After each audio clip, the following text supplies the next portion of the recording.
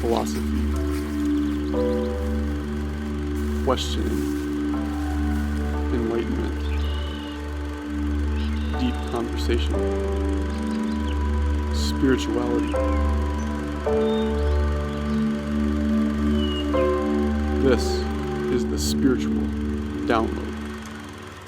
Kind of traditionally in spirituality, there's been the teacher that we assume is or seems kind of all-knowing and can't make mistakes, and kind of seems perfect in a lot of ways from our eyes as just normal people.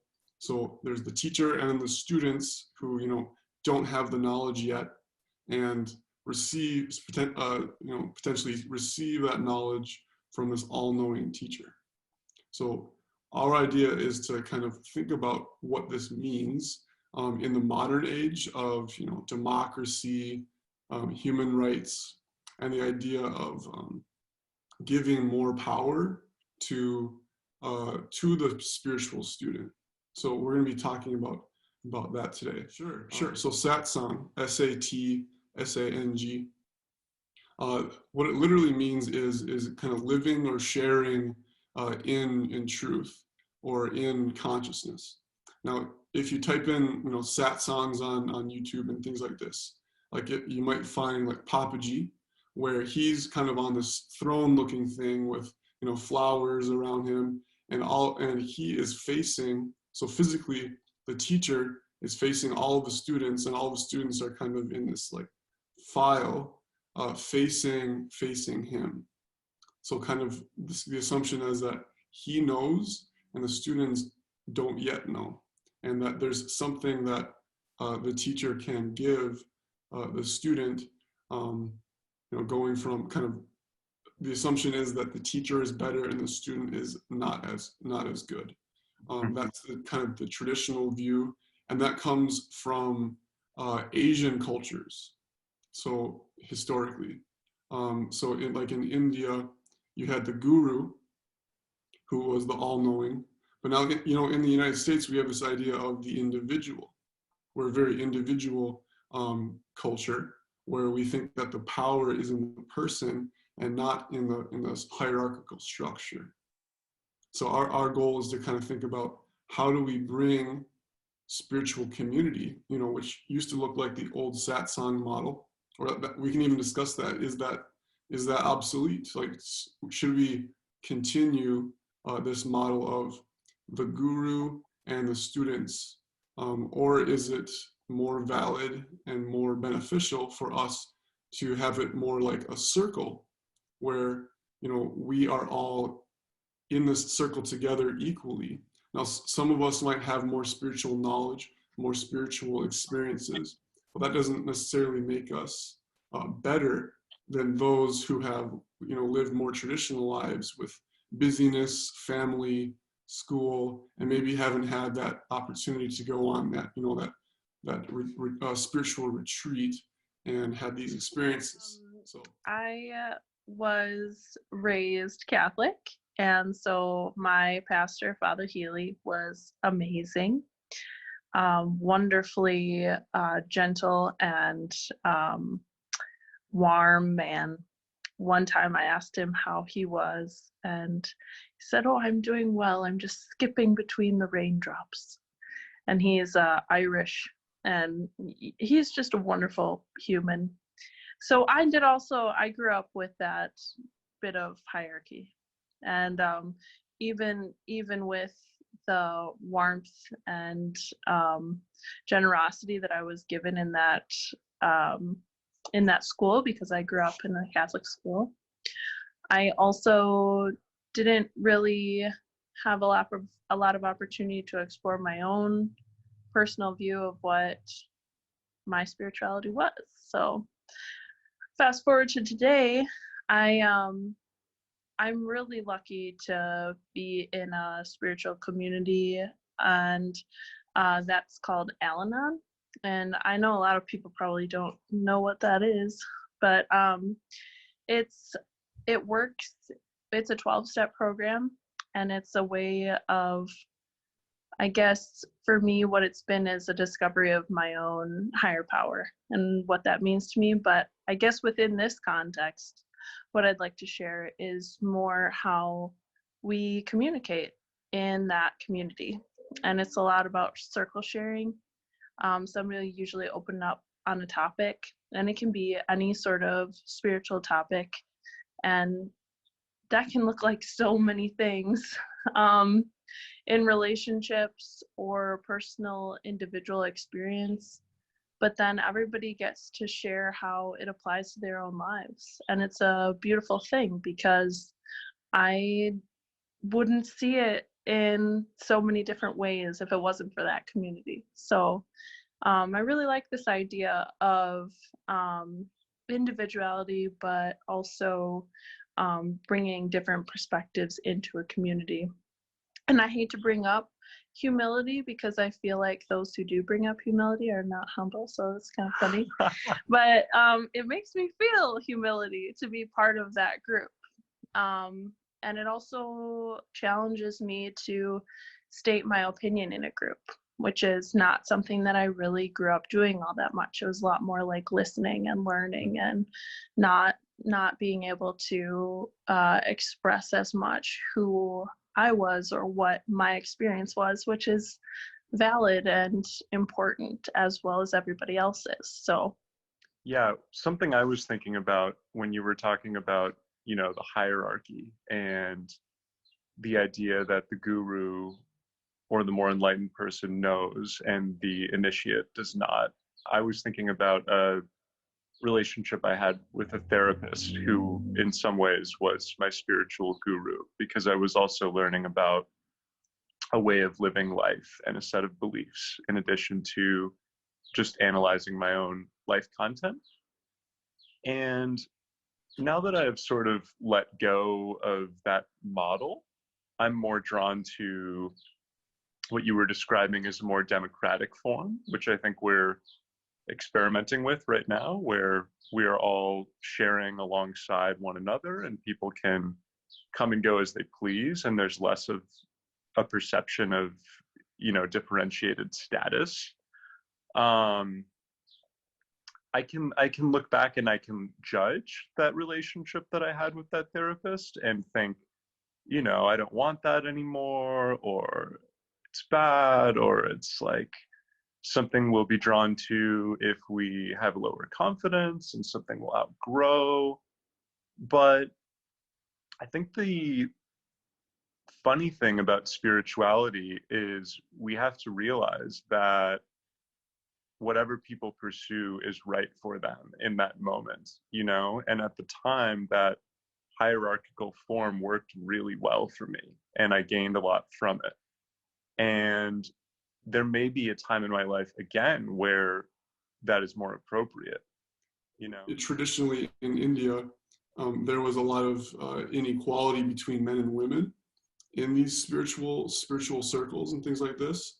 And now in the United States, in the Western world, we have this idea of human rights, and that men and women within this must be equal, and that also maybe that they bring perhaps unique perspectives on what spirituality ultimately could be. And also with that is young people. So like in our society, the idea is that young people don't yet know. well, I don't think it's just within spirituality. It's a kind of pervasive thing, and I feel privileged as a woman to live now where I am, that I do have a lot more opportunities, I think, than before. And I have had a lot of really nice explorations with women and spirituality in the last few years. Like there are just people that I have been more keyed in with who are women who have spiritual lives. Even if it wasn't acknowledged, it's always been there.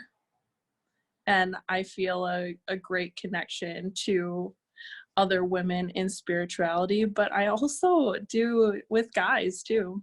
Like in my spiritual communities, I don't know, I just value both perspectives. They are at times very different, but they also just ring true in many ways. I can think of all these different people that have really spoken to me regardless of their gender. Personally, in my spiritual practice, I try to not hold resentment, like that is something that is part of my practice. So feeling that somehow there's this hierarchy that, I don't know, it's just not something that resonates with me as much right now, I guess. Well, I do think we live in a time where power over other people is more and more coming into question, and where unearned authority is more and more coming into question. I think that's why we're even capable of conversing about what you just raised. A lot of those hierarchies were taken for granted for so long, and people have been questioning them pretty intensively for several generations now, which I think opens up at least the possibility of greater equality and greater connection among different kinds of people. I also think right now you see some extremes of people trying to hold on to power in more aggressive or authoritarian ways. And I think that's in response to the questioning of that power. It has to become more intense, more extreme to try to hang on. I mean, the idea of inequality and spirituality kind of seems like a paradox, right? Because with the idea of spirituality, there's the idea of the transcendence kind of going above or beyond this world of human beings, right? With human beings, we have cultures that are based off of inequality. But when we're seeking something that's greater, we kind of see that it's all one, it's all connected, and it's all good. And it's kind of just like equal with a capital E because it's one. So it just seems like, how can we live in a culture that is based on history and is based on inequality, and continuing to be improving that culture, yet also be living in that transcendence where we are deeply the same, we're deeply one. And it seems like that oneness could be reflected a little bit more profoundly in our daily lives. And what our daily lives is society. I guess I think about it as power. So who in society has more power? And like Jackson, you mentioned power over. In college, I was in a group called Servant Leadership Program, where we were thinking about how to be leaders, but servant leaders. So servant leaders, instead of power over others to get something or do something, or do we reach across equally with our hands for power with others? So the argument is actually that we can be more powerful by being with others rather than having the greatest 1% having power over the other 99%. But in spirituality, it's inherently the whole pie. It's 100%. So I guess I'm referring to anybody who is kind of seen as lesser than in societies. That Jesus talked about, whatever you do to the least of me, you do to the least of us, you do to me, right? Because Jesus saw the Christ as Christness. That's everything. Everybody is equally Christ, right? But it's kind of ironic that through history, it's shown that men, specifically white men, had the power in these structures of spirituality. So that's kind of what I'm wondering, with namely women, children, and also people of color being denied these opportunities to really explore who they are, because that can lead to this idea of low self-esteem for those who have traditionally been outside of that inner circle of the inner circle saying that, oh, I can explore all that I am, and all that I am is ultimately God. But those who are culturally below in that hierarchy are stuck, seem to be kind of stuck and unable to completely explore who they are, self-expression, because they're stuck in that idea of, I need to just survive in this society in order to, I can't thrive yet, I'm just surviving.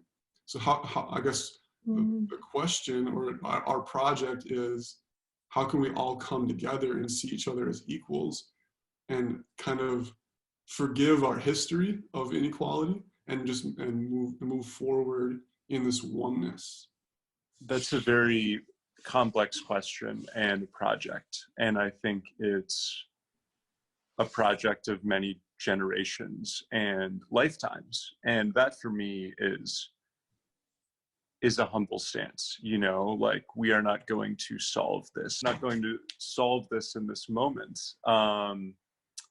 and come together and radiate in endless bliss and oneness. That to me can actually be a form of denial or gaslighting with respect to others' emotions for some of the reasons you're talking about. So I'll share an example from Allison and I were visiting with a friend last night, and he's a person of color.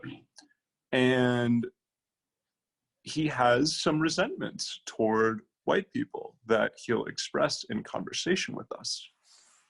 As a white person in this society pursuing my spirituality, I'm very in tune with some of the ideas you're talking about, like oneness, peace, love, right? These are the absolute reality. Can I, at the same time, hold that belief system and be there for a person who is in a state of resentment and see his feelings as legitimate?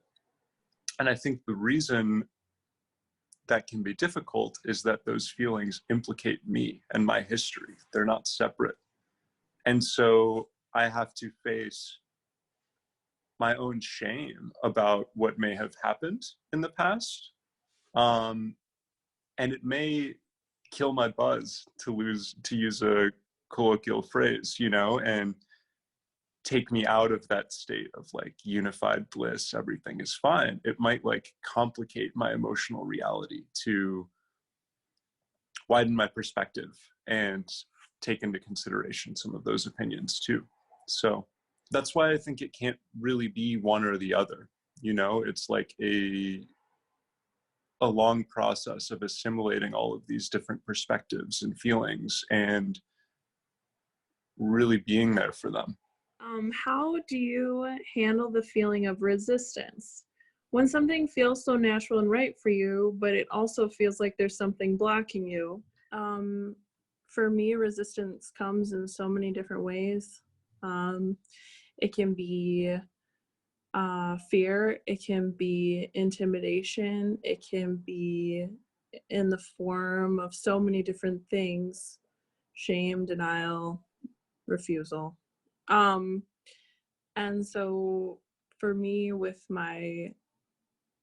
in terms of spirituality, I have so many different tools to kind of come into contact with the resistance. I can actually today choose to have my feelings, which is really nice. That wasn't always a choice for me that I saw. I think that a lot of the time resistance for me comes from shame of having those feelings and not being able to be sad or upset or angry or frustrated or embarrassed or whatever it is. So I feel like there's this thing that I've heard said, which is feelings aren't facts. So it speaks to kind of what I heard said, which is that things pass. And it's just part of that, like you said, the ocean is part of the human experience. But at the same time, I can so strongly resist it because it's uncomfortable or because it's scary or and it's interesting. In my spirituality, I peel back the layers, and sometimes the layer being pulled back is so hard. And it's interesting how it does kind of tie into forgiveness and these things that we've been talking about, these larger principles, because sometimes I don't want to forgive that person, but that usually for me has indicated that there's something deeply within myself that I am refusing to look at. Mm-hmm. There are lots of examples of this. I have felt like in my life that I resist my intelligence for lots of reasons, from shame in early childhood or just from lack of self-esteem, like we were talking about earlier. And then, there's this resistance to and fear then of going for these bigger goals that I, as I get older, I know I can do. And that's the empowerment piece. But the thing spiritually I come back to often with resistance is this little thing called pause, pray, and proceed. And it's just like when I get really upset, I really do need to just pause and like let myself feel the feeling, and then to like go introspectively to my higher power.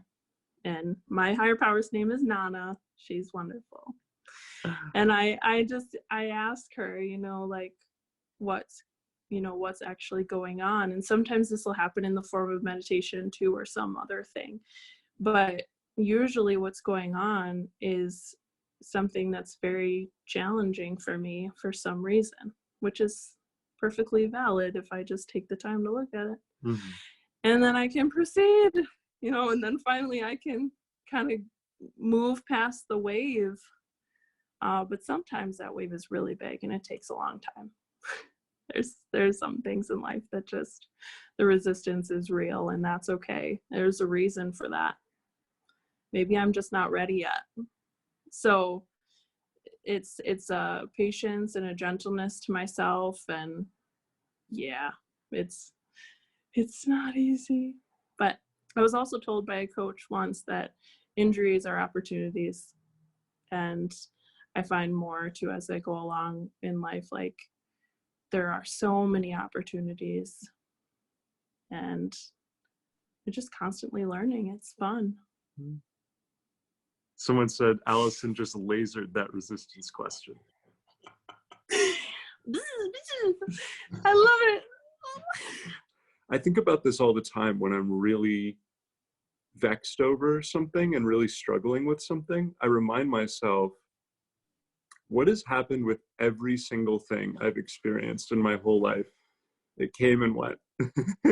And so this probably will too. It's just like kind of the weight of evidence. So that can be a helpful thought experiment.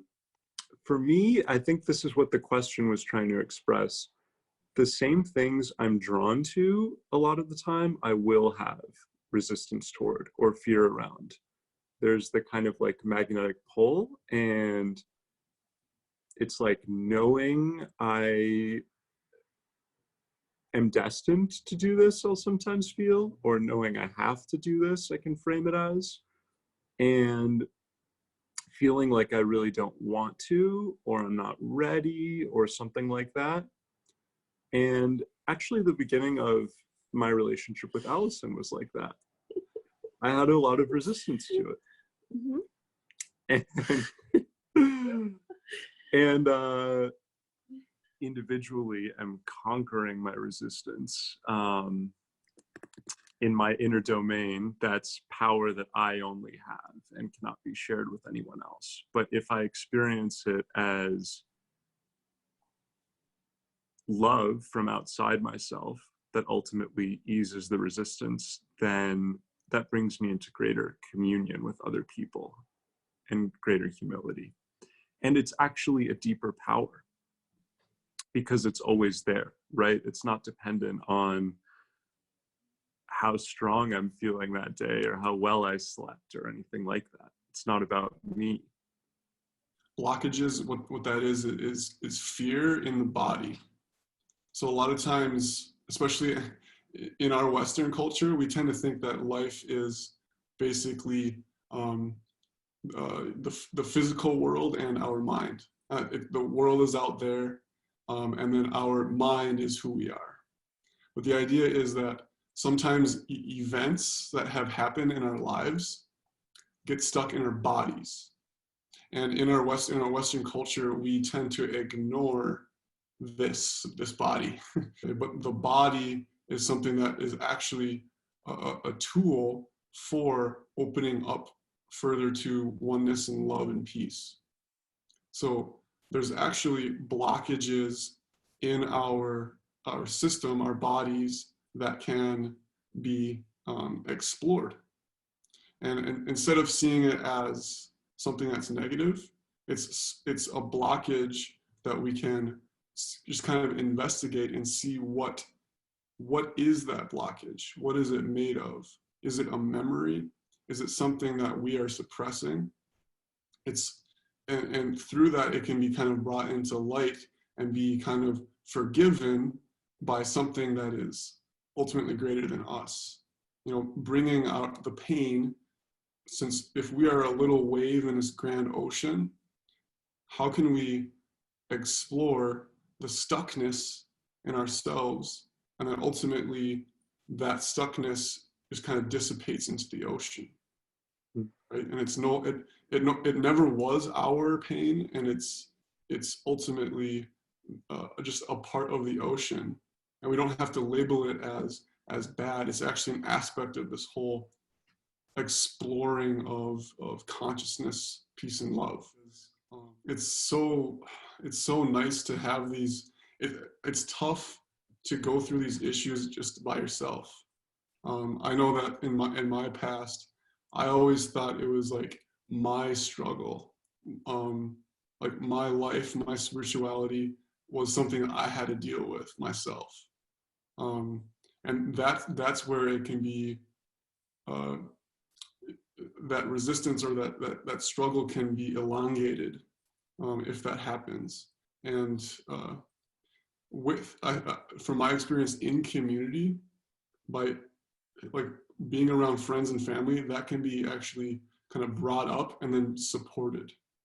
So I feel that the purpose of community is ultimately like, we're here to support everything that you are, right? Like, and so there's responsibility for like a mutual, I mean, community means mutual, but a mutual support network of the good aspects of ourselves, but also like the aspects of ourselves that we deem like negative. And like good friends and good family can help us with that process. Especially in the time of COVID, like, I don't know what. I don't know what I would do without them. Yeah. Self and community, like what my role is often in community is just to listen, because like people are going through things so often that I haven't experienced, I don't understand, I'm not one with, and I can listen to their struggle and just be there. I mean, and sometimes I'll have something to say, but like other times it's really just nice to just listen and accept people where they are.